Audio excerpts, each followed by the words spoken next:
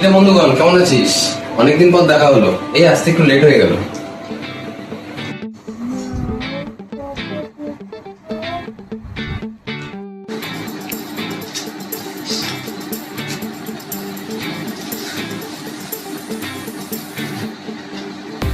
আজকে যে পাসপোর্ট দিবি এই কার্ড চিবিয়ে তোদেরকে খাইয়ে দেবো।